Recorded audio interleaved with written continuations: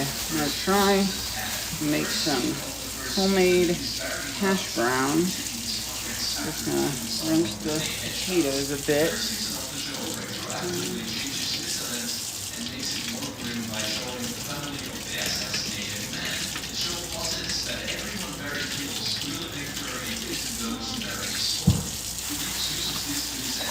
By enlisting the family members of those Barry has murdered. Chris's wife, Ryan's father, the first episode's dead guy's family, and Taylor's sister all come for Barry, even though only two of them are truly justified in their revenge. I wonder if I should leave the skin on or not. Might just say screw it and leave it. Vengeful mother and son thunder darkly about killing Barry in front of a government actor, and still he sells the counselors too. Furthermore, when the two finally go out to kill Barry, Using cold water, and later I'll have to use more cold water. You want to wash all the starches out. So you can. Almost everyone who comes after Barry dies by either Barry's hand or by accident. And I'll be using this bad boy to do the chopping. Barry gets poisoned by Chris's wife, Sharon Lucado. In a near-death dream, Barry hallucinates the suburbs being spliced with beach and an ocean view. I would call this a composite shot, but I don't actually know enough about the craft to say that confidently. On the beach, Barry meets the people who he has killed throughout the show. Barry also sees Sally and Cusino in the dream, and he wakes up. This serves as a wake-up call for Barry. The killing has to end, or Sally and Cusino will also die. And hey, I don't want to give the impression that all the humor is gone from the show, because it really isn't. There are still funny scenes in season 3, get like it the business shorter meetings than Sally that. takes. However, the tone has really begun to shift in a far darker direction. Now to make Cusino reconcile with him, Barry brutally kidnaps Cusino and threatens to kill his family. The kidnapping and Barry trying to get Cusino a job are played as a joke, but then again, the surrounding context is far darker than anything in the first 2 seasons. And the darkness isn't just limited to Barry during this season. Everyone seems to be in an extremely dark place. Sally's show is a success until the producers cancel it because an algorithm told Let's them give this a shot. to support the writer's strike so that we can actually get good narratives in the future. So I put in and not just this blade. Hopefully that'll work. We'll see. From the meeting in which Sally's show was cancelled and gets greenlighted. Sally has an outburst from Stanley and the interaction gets That makes fast work of it. In this moment, Sally slinks into darkness. That's fun. To shoot her up and spit her out. One of the people trying to assassinate Barry comes to her. She is forced to kill for the first time in her life. No one think a character Get the whose rest of primary the function has been taters. all of a sudden is captured Get out of is here. in a scary situation with that tiger, I think, and has to kill his way out of imprisonment. Furthermore, the electroshock conversion therapy that Elena Cifuentes forces Cristobal into is just very, very dark. At the end of the season, Cusino betrays Barry just like Fuchs did at the end of the second season. Barry's both father figures have now betrayed him. Furthermore, Sally promises to escape LA with Barry, but she actually boards a plane to Joplin, Missouri, her hometown. Even she betrays Barry. So now that everyone has betrayed Barry, he is arrested. What is so interesting about the end of the season is that Barry once again swore to stop killing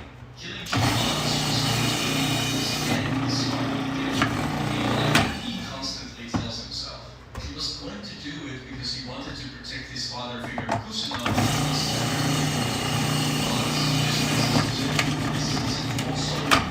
About Barry wanting to become a better person by not killing, but his protective instincts around the people he cares about lead him to kill again.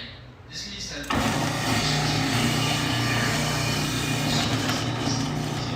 now he's under command to do so. This leads us to the final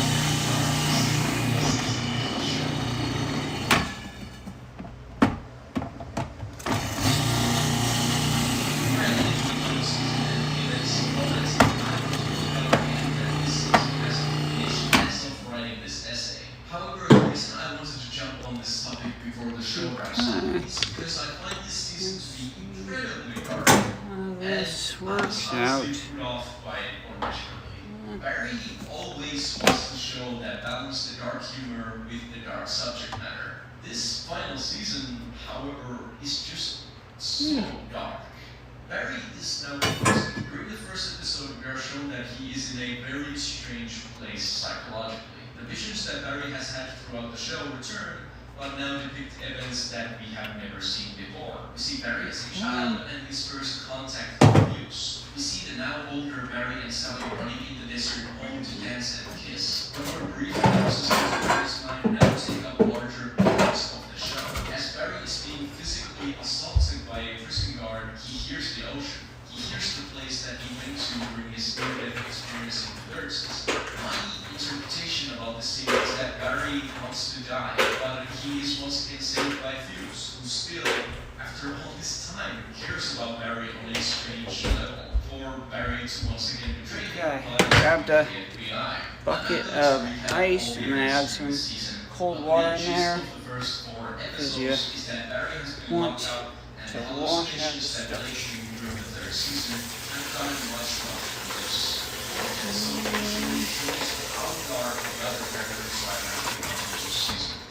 Barry escapes from prison, losing out, now afraid for his life because Barry has escaped, accidentally shoots his son, who is bringing him food. Noho Hank, the character that ordered a hero Barry, suddenly betrays the love of his life, Cristobal, and has the mobsters they were working with killed. Later, he is also forced into having Cristobal, once again, the love of his life, killed. I love cinematography in this episode. Like, I think Bill Hader mentioned that this is the moment where Noho Hank has kind of become like an angel of death. Sally, now blacklisted in Hollywood, teaches her apprentice how to act in a scene to only try to steal the opportunity from her. After this, she goes back to her apartment expecting Barry to be there. When Barry emerges from the darkness, she isn't surprised at all. And it was at this point that I realized that the show truly doesn't feel like a comedy anymore. It's a drama with some comedic elements. All of the major characters, Barry, Sally, Noho, Hank, and Kusuno, have now killed someone. Furthermore, the fourth episode straight up borrows tropes from horror films. In the scene in which the mobsters fall into the sand, the camera lingers for Last week I a might long time. save the potato starch water for another project.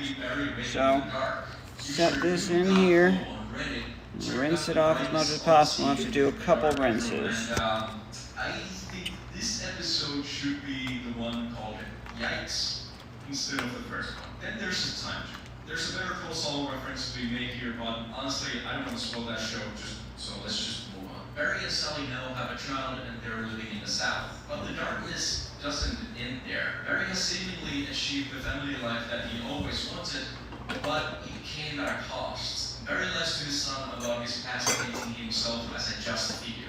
He tells his son that he was a medic in the army and that he didn't take revenge on the people that shot Albert, which is kind of true, but you know, he's lying. He teaches his son John about great historical figures, but also points out that they did awful things. More ice in there.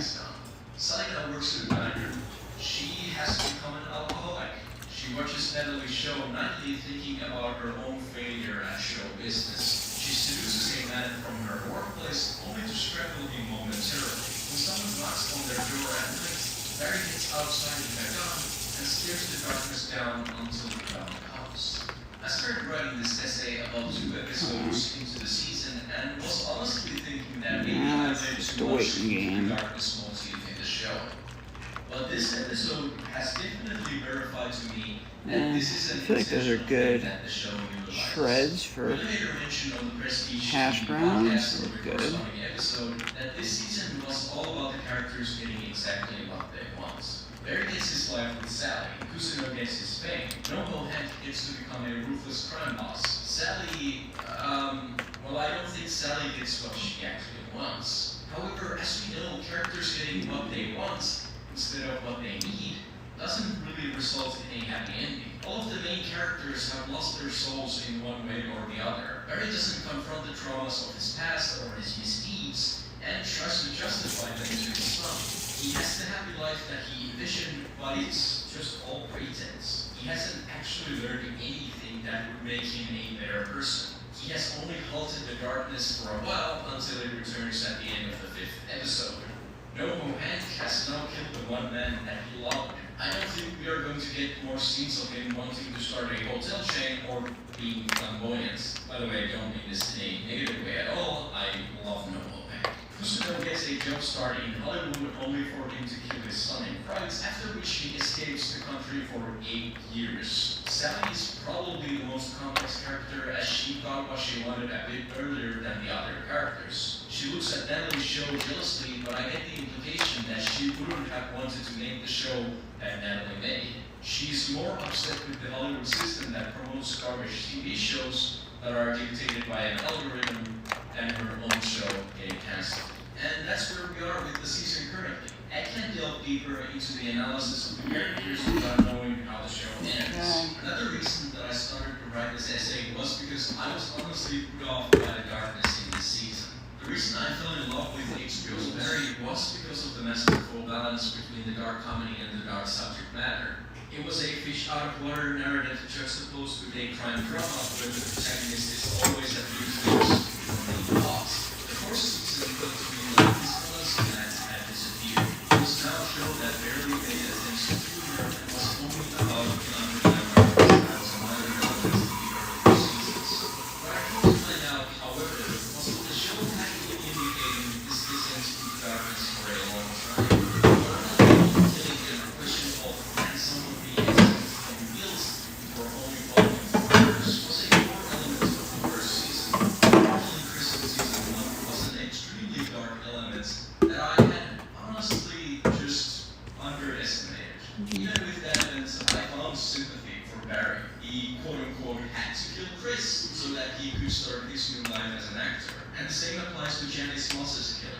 This sympathy was questioned again in the second season. Barry has physical anger issues, and when he lashes out, people die. Only with the context of the third and fourth seasons, I realized how monstrous his actions at the monastery are. The question that the show has posed every season is, can a cold-hearted killer change? And as of season 4 or episode 5, the answer seems to be no. You gotta keep doing this till it runs clear. Well, with that said, around. thank you for watching this video. Leave a comment, a like, and subscribe if you want to see more videos like this one in the future. I'm not sure if I'll cover the ending of Barry in a few weeks, but if there are enough people that want to see that, I'll happily do it. Anyway, that's all from me. Thank you so much for watching.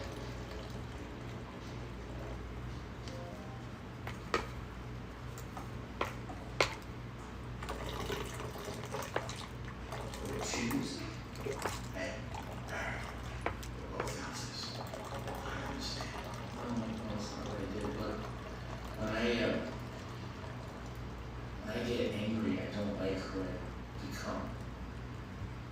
Listen to me.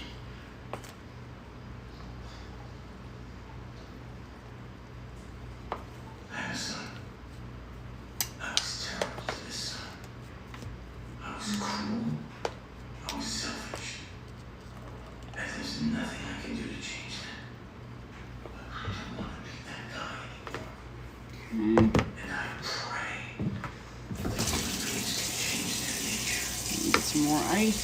Because if we can't, then you and I are in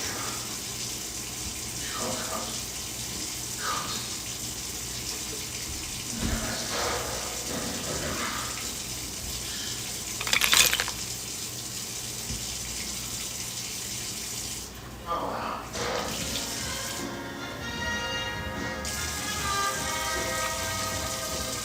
What a week has it been for television? I can't even describe the emotional drain that I felt after finishing the finales of Barry and Succession back to back. But for now, let's focus on Barry. What I'll say about the final season is that it is some of the most bold filmmaking that I've seen in a while, at least in regards to TV shows. The narrative turns, the darker tone, the cinematography, all really surprised me. I already published a video on the channel in which I outlined why I was put off by these changes. But I have to also admit that I've grown to appreciate the screen with more time. Personally,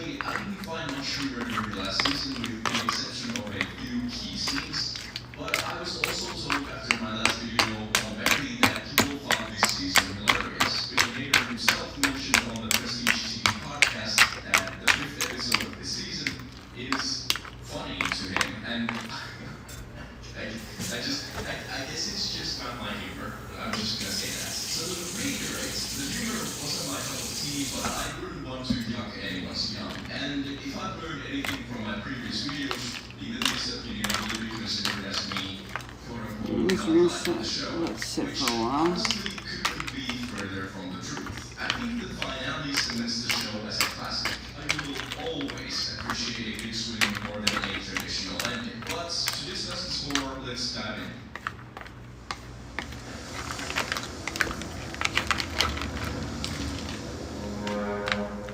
H.U.'s Barry has questioned its titular protagonist's motivations for the first season onwards. Barry is a killer who wants to change his ways and become a better person by acting. However,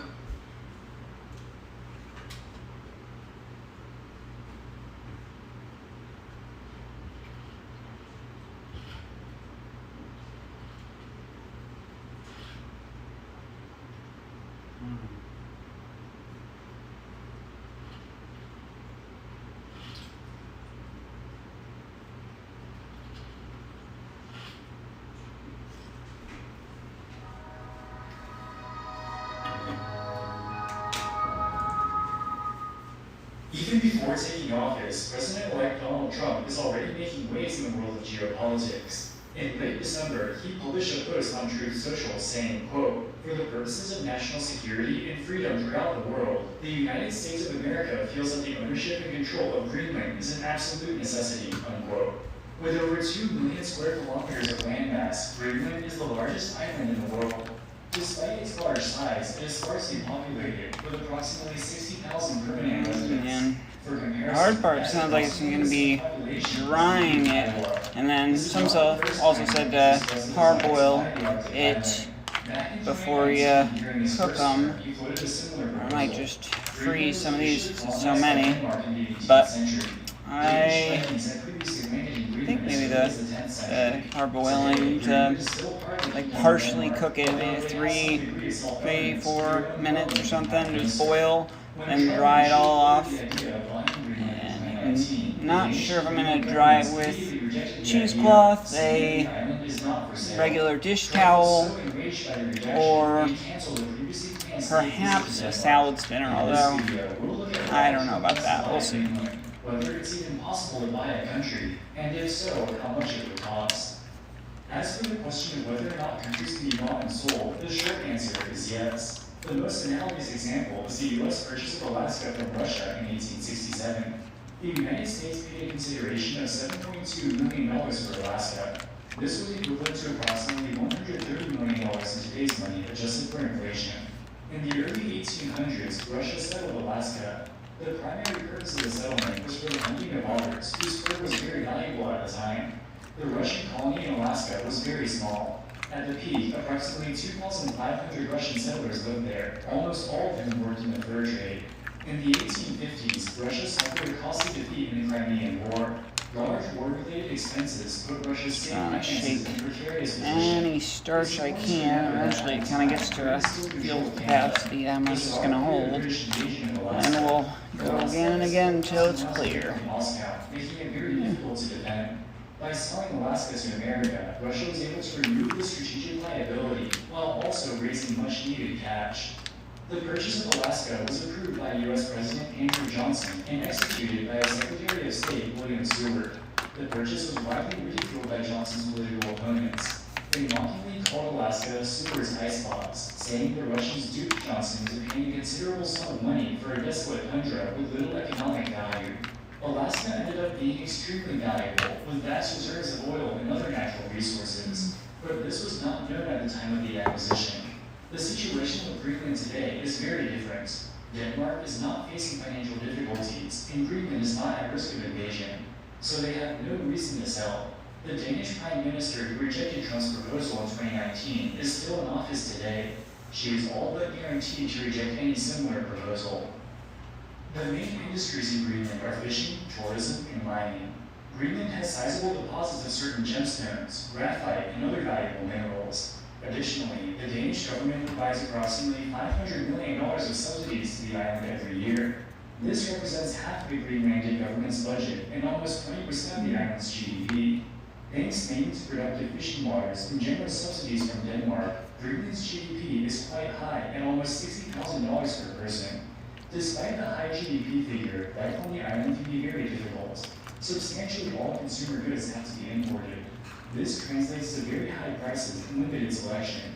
Things that many people take for granted, such as ordering random stuff on Amazon, eating at McDonald's, or even playing video games with high-speed internet, are not available to people living in Greenland. With limited forms of entertainment, many people turn to alcohol to pass the time. Greenland has one of the highest rates of alcoholism in the world, with over half of young men reporting that they drink excessively. This has unfortunately contributed to a mental health epidemic with tragic consequences. Despite its natural beauty, Greenland is a desolate place whose government requires massive subsidies to function. Given these problems, why does Donald Trump want to buy it so badly? Interestingly, around the same time that Trump tweeted about wanting to buy Greenland, he also released the following tweet about the Panama Canal. On December 21st, Trump said, quote, Try the U.S. has a vested interest in the secure, efficient, and reliable operation of the Panama Canal. The canal was given not for the benefit of others, but merely as a token of cooperation with us in Panama. If the principles, both moral and legal, of this magnanimous gesture are not followed, then we will demand that the Panama Canal be returned to us in full and without question, unquote. The Panama Canal was constructed in the early 1900s under the leadership of the United States and primarily with U.S. funding. In 1999, control of the canal was handed to the government of Panama. The canal is very important to global trade as it allows ships to travel between Asia and the east coast of the United States. Approximately $270 billion worth of cargo passes through the canal each year. Approximately 1,000 cargo ships pass through the canal each month. Every time a ship passes through, it has to pay a fee to the Panama Canal Authority, which is owned by the government of Panama. The fee is a few $100,000 per passage. The Panama Canal Authority generates approximately $5 billion of fees per year. Panama's total GDP is $80 billion, so the revenue from the canal is very significant indeed. In fact, revenue from the canal covers approximately 1/4 of Panama's government budget. Trump is upset because he thinks that Panama is starch charging residue, subsidies so for use of the canal. gotta go The again. United States has no legal basis to take back control of the canal. Trump's statements about repossessing the canal should not be taken literally. This is just his way of bringing attention to the issue and setting the stage for more nuanced negotiations with Panama. While the Panama government sets the shipping passage fees, some things are beyond their control. For example, in late 2023 and early 2024, there was a major drought in the country which caused the canal's water level to fall. When the water levels are too low, it becomes unsafe for large ships to pass through. This caused a massive decrease in the number of ships that could pass through the canal, which disrupted trade and greatly increased shipping costs. So what does any of this have to do with Greenland? Prior to the construction of the Panama Canal, if you wanted to send a cargo ship from Asia to the east coast of the United States, you had to go all the way around South America. For example, There's also how you make french fries, although not cutting as thin. I know this device does have a french fry cut as well. It's a different little board. But even this is not the shortest route. The shortest route is the so-called Blade, I Northwest suppose. Passage, which goes above Canada. This is only 10,000 miles, and you don't need to pay any fees to the Panama Canal Authority. Historically, the Northwest Passage has not been a feasible option due to the large amounts of Arctic sea ice. It's too dangerous for a regular carrier ship to traverse. Thanks to climate change, the extent of Arctic sea ice has declined substantially over the past few decades. If current trends continue, it may soon be feasible for cargo ships to traverse the Northwest Passage, at least during some times of the year. There are also potentially hundreds of billions of dollars worth of oil and natural gas in the Arctic, which could theoretically become accessible as the sea ice melts. But this is largely speculative, as the current ice conditions prevent detailed geological studies. The Northwest Passage goes through Greenland's territorial waters. This is the main reason why Trump wants Greenland. Controlling Greenland helps to secure control of the Northwest Passage. With all that being said, there's no reason to believe that the Greenlandic or Danish authorities would ever prevent U.S. cargo ships from traversing the Northwest Passage. The United States Space Force already operates a base in Greenland, thus securing influence in the region. Alright guys, that wraps it up for this video. Do you think the United States should buy Greenland? Let us know in the comment section below. Probably not. As always, thank you so much for watching, and we'll see you in the next one. Wall Street Millennial, signing out.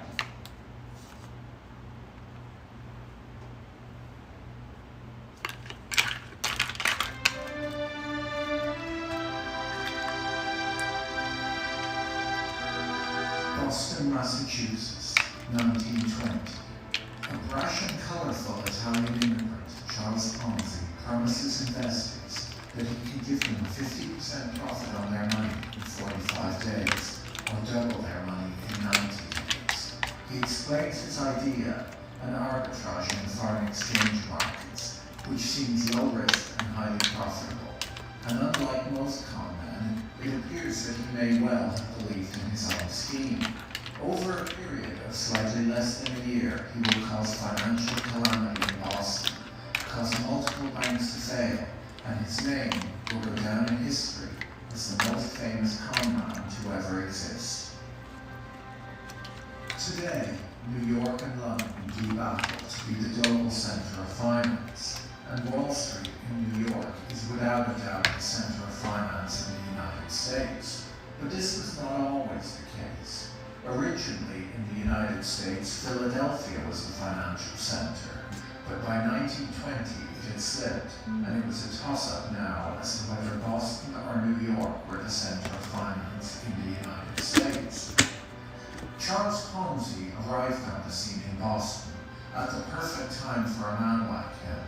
To his admirers, he was a financial genius, and to his detractors, he was a fraud. His incredible rise would mark the first war of the Roaring Twenties. The core idea that Ponzi came up with was actually a fairly smart idea that he stumbled across. But as you'll learn, he actually never got around to pursuing any real investments, as he was just so busy running his scheme, taking in money, paying it out, talking to the press, and shopping on Newbury Street. The thing that really makes this story so interesting is that it's an unsolvable puzzle trying to work out what kind of person Ponzi actually was. Was he smart or was he a fool? There are things that he did that a total fool could not have done. He did actually come up with a kind of smart investment idea, albeit one that could not have been run on any real scale. And equally, he was able to manage the logistics of a business with numerous employees and open branch offices all around the country that grew at a phenomenal rate. In addition, he must have been an amazing salesperson. We have to remember that all of this took place over around 6 months. Ponzi clearly got a lot done in that short period of time. On the other hand, it would appear that he was maybe not that bright a guy, in that he seemed to fall for his own trick. He appeared to believe in himself right up until the end, and he didn't seem to understand that there was no real way that any of this could work out for him or for anyone involved. The world, and the United States in particular, had changed a lot in the years leading up to the early 1920s. America was now a prosperous country, where the idea that a penny saved is a penny earned had disappeared. Money was to be made fast, easy, and in large quantities. The newspapers at the time were filled with stories of vast fortunes being made by entrepreneurs, stories of young girls marrying rich men, and people inheriting huge fortunes from long-lost relatives. Prosperity was no longer the preserve of the well-born. Now everyone could become rich. If money didn't come fast enough, you had to just go out and grab it. For promoters of get-rich schemes, this was the time to think big. It was a similar time to the tech boom of the late 1990s, or the cryptocurrency mania of the late 2010s, amongst others. So first up, what is a Ponzi scheme? A lot of people confuse the idea of a Ponzi scheme with a pyramid scheme. In a pyramid scheme, participants only make money by recruiting more members. There are many different kinds of pyramid scheme, but the two most basic are product-based and so-called naked pyramid schemes. In a naked pyramid scheme, no product is sold. With a product-based pyramid scheme, the concept is the same, but it is disguised as a legitimate direct sales opportunity. In either case, a pyramid scheme usually involves each person recruiting 10 additional people who usually have to pay some sort of initiation fee, let's say $100, and then they have to find 10 additional people. It sounds simple enough, but here's the problem. Let's say the initial 10 recruits each find 10 more people. Those 100 recruits will then have to find 10 recruits each to make $900. That means they have to find 1,000 people willing to sign up for the program. And if they somehow do find 1,000 people, that next level of the pyramid will need to sign up 10,000 people to make a profit. Eventually, there won't be enough recruits at the bottom of the pyramid to support the level above it. That's when the pyramid topples, and everyone at the bottom loses their investment. Once you get about 10 layers down the pyramid, you exceed the entire population of the planet. A Ponzi scheme is quite different to that, and what makes it fascinating is that it's usually all about one person, usually a tremendously charismatic and tremendously interesting person who can convince people that you can trust them with all of your money and all of your family's money, and that they can return it to you with an enormous interest rate well beyond what a reasonable person might expect, usually in a short period of time. In Ponzi's case, the promise was to double your money in 3 months. It was not a scheme invented by Ponzi, but it was a scheme that he mastered. Before his scheme broke and was all over the global press in 1920, the scheme was known as robbing Peter to pay Paul. Ponzi was not taking all of that money and blowing it on a lavish lifestyle, as you may expect, although he did use some of it that way. He was taking the money, setting it aside, and when an earlier investor came in to collect their initial investment, plus the 100% return, he would give the new investor's money to the old investor. So the scheme involves paying the early investors out of the money that comes in from later investors. That's why you always gotta get in early to a Ponzi scheme. Might be one of the first, and you can get your money back out. If you're too late, you're screwed. Just like a pyramid scheme, I guess. And then you can skip town and live off your ill-gotten gains. Get a huge downline, and you can make a pretty good living, I'm That's sure, not what Charles until Ponzi it ended up collapses. doing. In fact, it would appear that Ponzi possibly never intended to do anything like that. He had a huge belief in his ability to make money with a variety of investment schemes that he was constantly dreaming up. And he seemed to believe that he could pay off all of his investors and he could hugely wealthy himself. He just needed time. The core idea that Ponzi came up with was actually a fairly smart idea that he stumbled across. But as you will learn, he never really got around It's to getting pursuing any clearer new with each go. investments, as he was so busy running his scheme. In order to understand Ponzi, we must first understand the world in which he lived. 1920 was a remarkable time in America, a time of true change and the dawn of the modern world. World War I had just ended, and people had suffered through the deprivation of war and felt that it was now time to get rich, to have fun and to party. Prohibition was in effect, but Prohibition had a funny effect on the American people. Instead of improving the morality of the country, as one might have expected, Prohibition instead made it feel okay for people to break the law. It undermined the values of Americans who were normally law-abiding citizens. Because Prohibition was so widely broken, people began questioning which laws it made sense to abide by and which ones were there to be broken. There was actually a huge spike in crime over the years of Prohibition in the United States.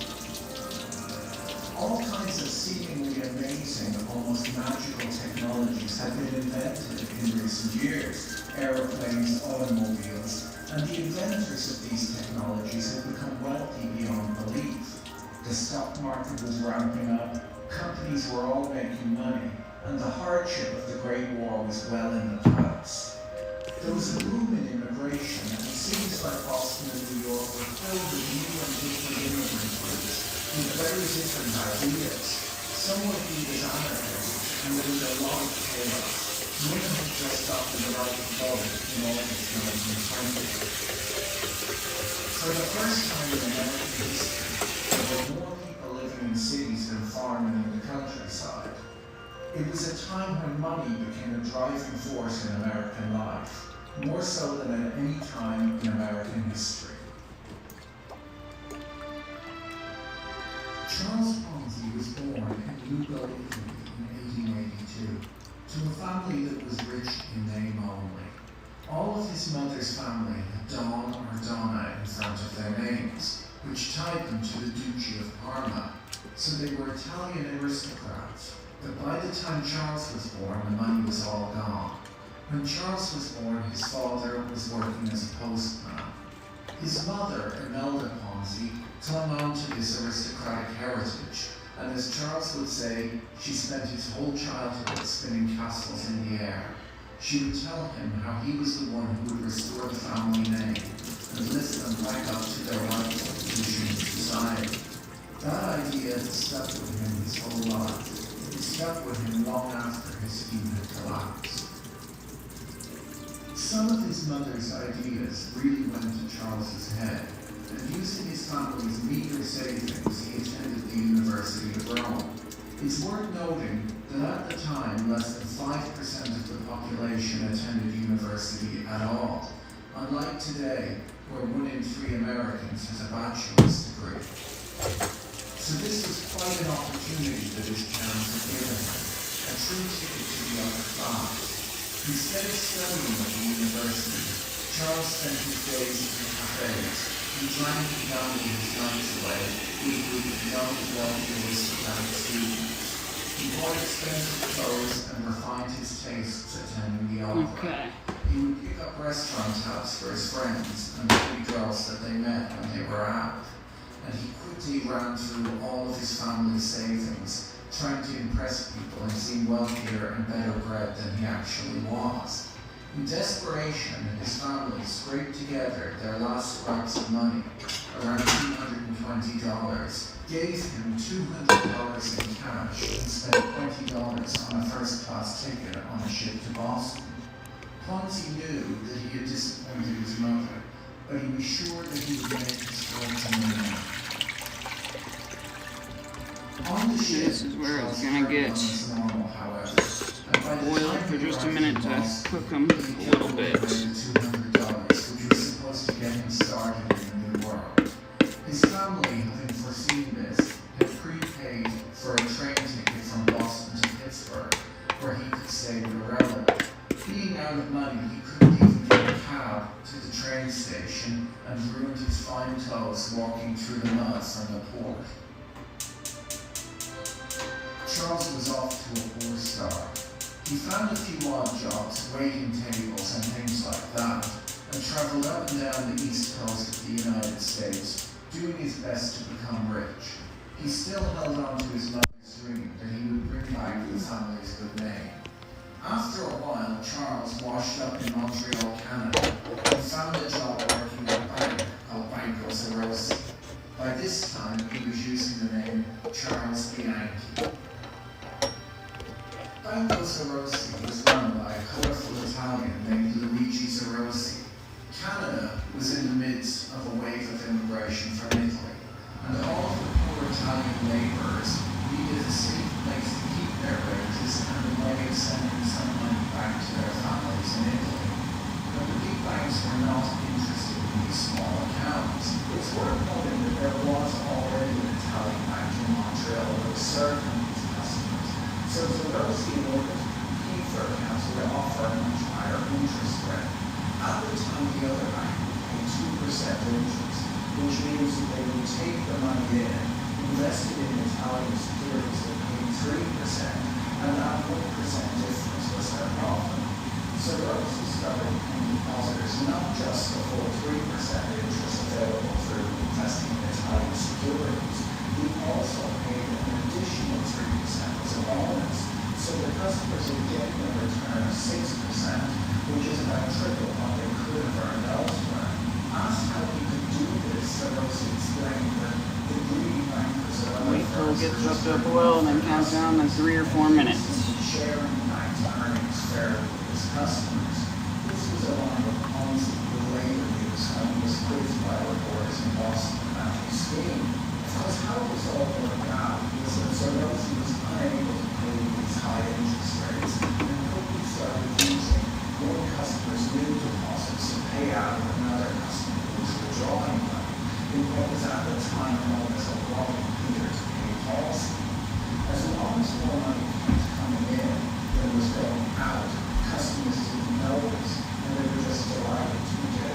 high returns on their savings.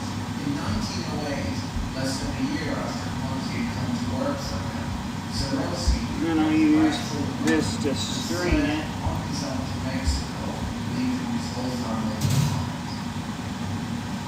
Ponzi made a terrible mistake.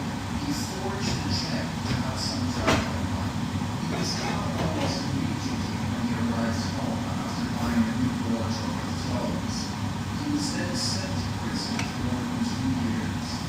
As soon as he got out of prison, he decided to help some other Italians who didn't speak English, who were trying to cross the border into the United States, when Ponzi got caught once again. His claim was that he was just helping them out as a translator, and that no money would change hands. Ponzi, only 17 days out of prison, was sent back to prison, this time in the United States, to Atlanta, Georgia, where he spent 2 years for smuggling aliens into the country.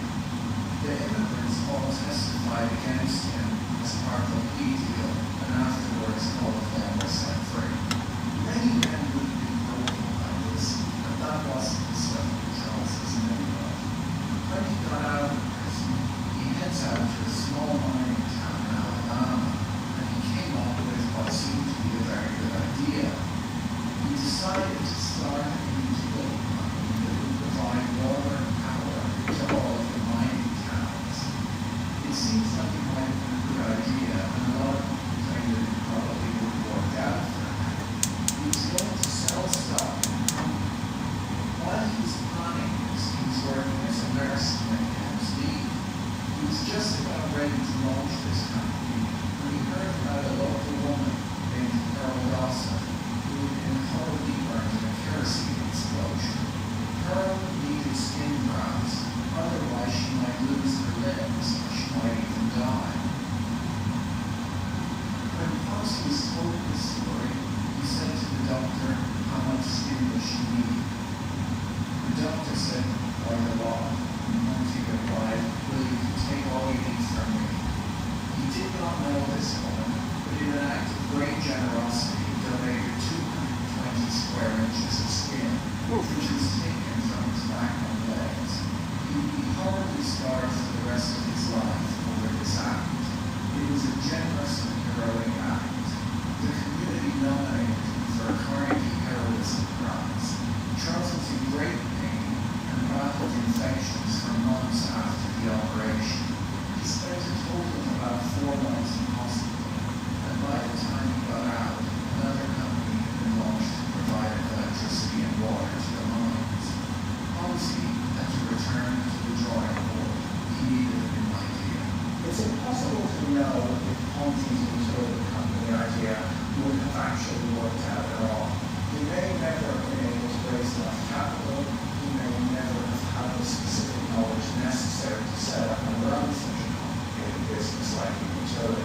He possibly didn't have the ability to manage all of the logistics. But the one thing that we can see at this point in the story is Ponzi's entrepreneurial spirit and how he always comes big. He wasn't planning on opening a grocery store or working his way up one of the mining companies.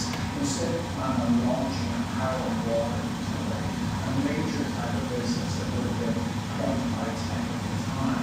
We're also able to see a lot of the contradictions in his character at this point in the story. This should be able to get out a little more starch, but it's pretty clear, so means I got most of it. That is good. And return home and no money to pay the rent for the rest of the month, or how he would walk by an ice cream store, see children outside, and go inside and buy ice cream for the whole crowd. He had this unusual character. He wasn't an obvious movie villain, and this is kind of what makes the story so good. The fact that he had this huge contradiction in his character means that we can't just look at him and see a simple comrade swindler. He was much more than that, and it's really a struggle to understand what he was trying to do or what was possibly going through his head at really any point in this story. Ponzi, once again down, but not out, headed back to Boston in 1917, and at this point his luck finally seemed to change. His first bit of luck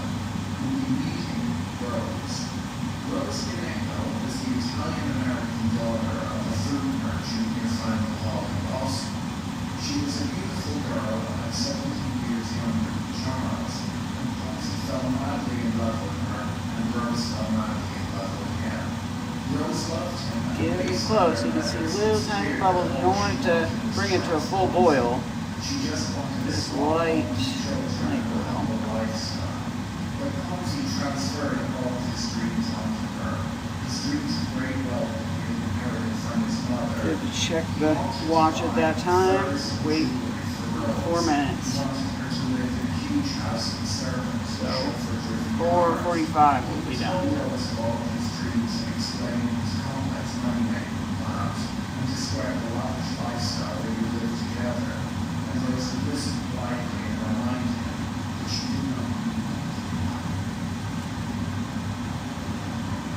Once he went back to his old ways, doing everything he could to get rich. He even took over his in-laws' fruit business for a while, but that didn't work. In truth, the business was already on the rocks, and Ponzi tried to turn it around, but it failed through no real fault of his own. After the Domingo family fruit stand had gone bankrupt, Ponzi took his last savings and rented a small office in downtown Boston, on the 5th floor of 27 School Street, the Niles Building, which is still there today. And it was here that Ponzi came up with his big idea.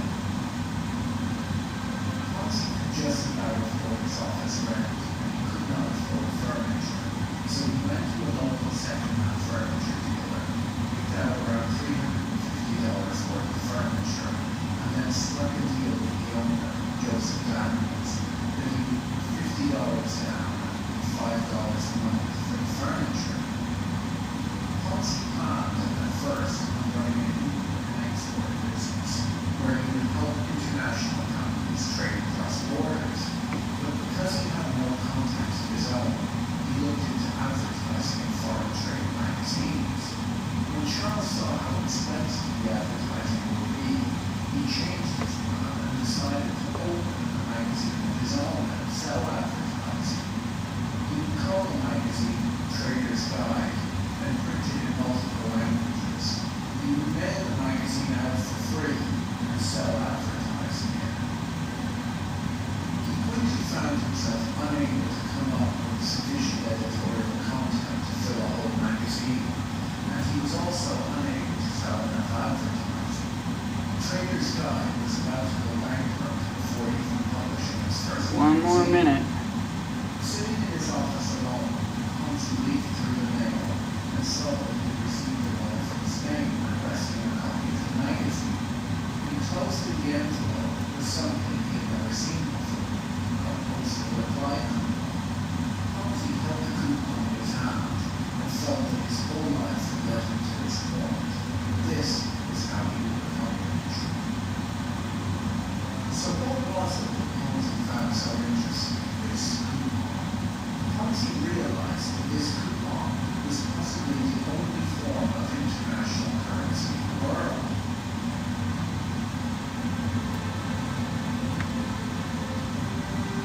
In 1906, 63 countries had gotten together, and they came up with these coupons as a way to make it easier to send mail across national borders. The coupon allowed a person in one country to send a stamped, self-addressed envelope to a person in another. Before these coupons, it was close to impossible, except at prohibitive expense to do such a thing. These coupons have value in almost every country in the world, but its only value, however, is to buy stamps. Now, if you remember, World War I had just ended.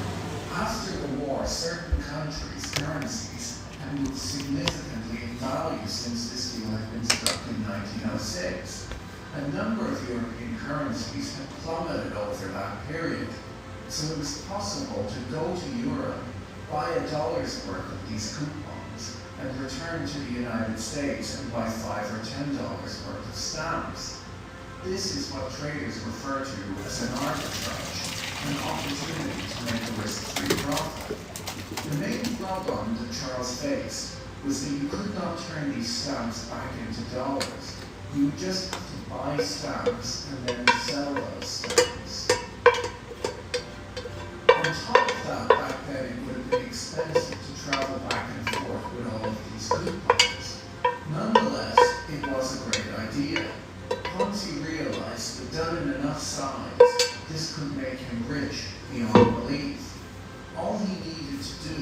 was raise a lot of money, travel to Europe, buy these coupons, bring them back, and somehow convert them into cash.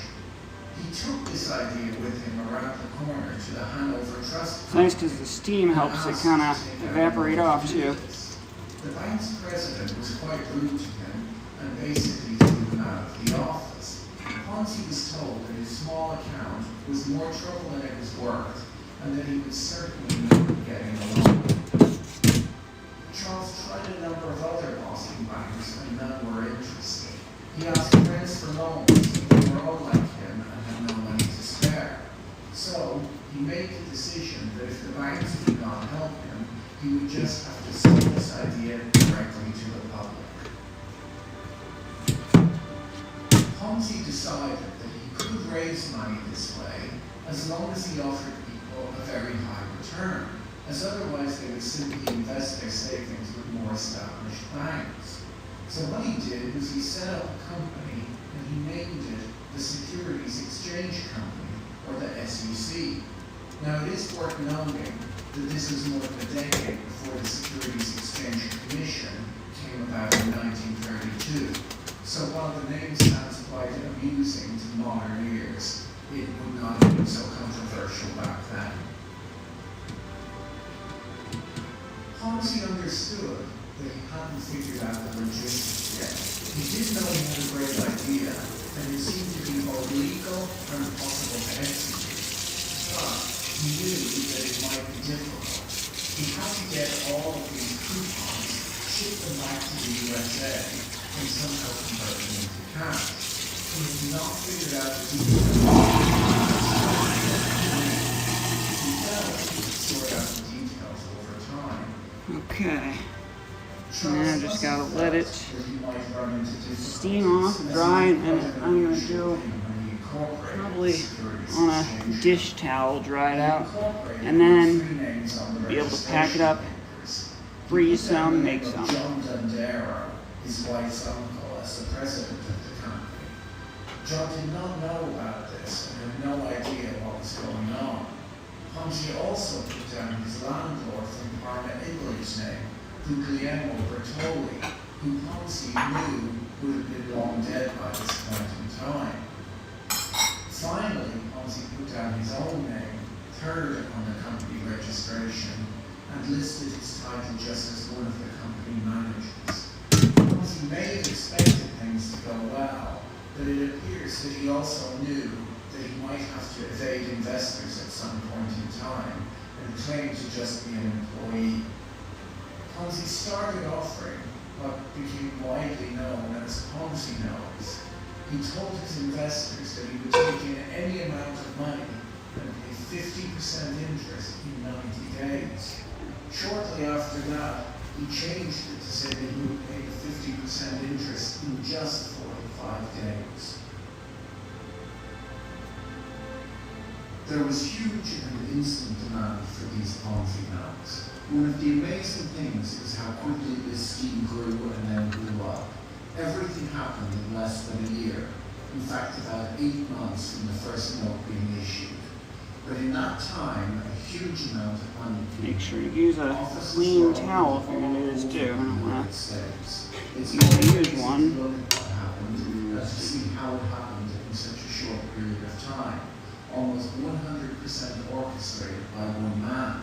There was no real team. There were plenty of employees, but just one person at the center of all of this, Charles Ponzi.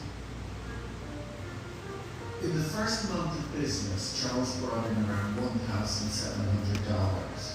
By early spring, he was bringing in around $30,000 a week in new investments.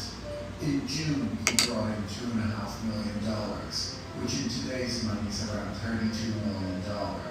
He had by then opened offices all over New England and was fielding phone calls on a daily basis from all over the country from people asking to be his agent in various cities.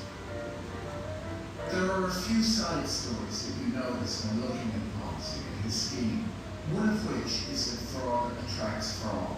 Other scoundrels noticed what Ponzi was up to and opened an office right next door to him offering the exact same deal. They just took advantage of the huge lines for Ponzi's office. They called themselves the Old Colony Foreign Exchange Company. Ponzi knew that they were frauds and wanted them gone, but there was not much he could do about them. He could hardly call the authorities in and explain what is wrong with the deal they're offering. It's the same deal he is offering. Another problem quickly reared its head. Ponzi had quickly paid off the used furniture dealer Joseph Daniels that we mentioned earlier. Daniels, however, a deceitful man, began to notice how busy Ponzi had become. Daniels reasoned to himself that Ponzi must have used a small loan from the previous December to start a successful business. He put it to Ponzi that because of this, he was entitled to more than the repayment he had received. He was in fact a 50% owner in the business. When Ponzi sent him packing, Daniels hired a lawyer and filed a $1 million lawsuit against Ponzi. Daniels' lawyer also filed an attachment against 5 of Ponzi's bank accounts, freezing about $700,000. Trying to get all the water out. When news of this lawsuit reached the press, it caused a 2-day run on the Securities and Exchange Company. This lingering lawsuit and frozen accounts would continue to cause trouble for Ponzi for months. Towards the end, Ponzi ended up paying Daniels a settlement of $50,000 in order to unfreeze his accounts. Most people in Boston seemed to want to invest at least something. Even people who didn't really believe in the story put a little bit of money in so that they could participate, thinking of it as a lottery ticket. Other true believers put in everything they had, even borrowing money to invest. The note that you see on screen right now is owned by Principio Santasoso, a reporter for the Boston Post. He bought it for $200 in 1920, which is about $2,500 in today's money. Principio invested, but did not write anything about Ponzi in the Boston Post. Not a word appeared in the press about Ponzi for over a month after Principio bought that note. With his bank accounts bulging, Charles went on a shopping spree. He invested some of the funds in businesses, some in real estate loans to friends. He even lent money to friends so that they could invest in Ponzi notes. His biggest and most important investment, however, involved gaining control of one or more banks. Charles started out by making some small investments in a few Boston-based banks. He figured that if he gained control of the banks, he could weather any storms that may arise by using their reserves until he eventually managed to flip his business into being profitable. Hanover Trust was the nearest bank to his School Street office. It had around $5 million in assets. This was the same bank whose president had been rude to him a few months ago when he applied for a loan to start up his trade magazine. Charles Fund took control of the bank and began by slowly buying up blocks of stock as they became available for sale. At the same time, he slowly increased his deposits in the bank, quickly becoming by far their largest depositor. Charles then befriended a number of the existing shareholders. Many of them were Italian like him. He even lent some of them money so that they could invest in Ponzi notes. Charles had money at a variety of banks all over Boston. He had money at more than a dozen banks, but his largest deposits were at Hanover Trust, around $2.7 million in total, a lot of money for a bank with assets of $5 million. Hanover Trust was planning to issue new stock, around 2,000 shares. Ponzi walked into the bank shortly before the stock issue and asked to speak to the president of the bank. He offered to buy every share of the newly issued stock. The bank president paused, thought for a moment, and then explained that he had to decline this offer. If I sold you all of these shares, when they are combined with your current holdings, you would then be the majority shareholder and have control of the bank. That is just what I want, said Ponzi. The conversation went back and forth, but they were unable to come to an agreement. As Ponzi got up to leave, He stuck his head back into the bank president's office and asked, "Do you mind telling me what the current cash balance is here?" The president of the bank knew exactly what this meant. He knew that if Charles withdrew his $2.7 million, much of which had been lent out to the bank's customers, that the bank would be insolvent. Hanover Trust quickly agreed to sell him 3/4 of the stock that he wanted and give him a board seat, knowing that he would still be a minority shareholder. They also got him to agree to give them 30 days notice in advance of withdrawing any funds, so that they could deal with the request in an orderly manner.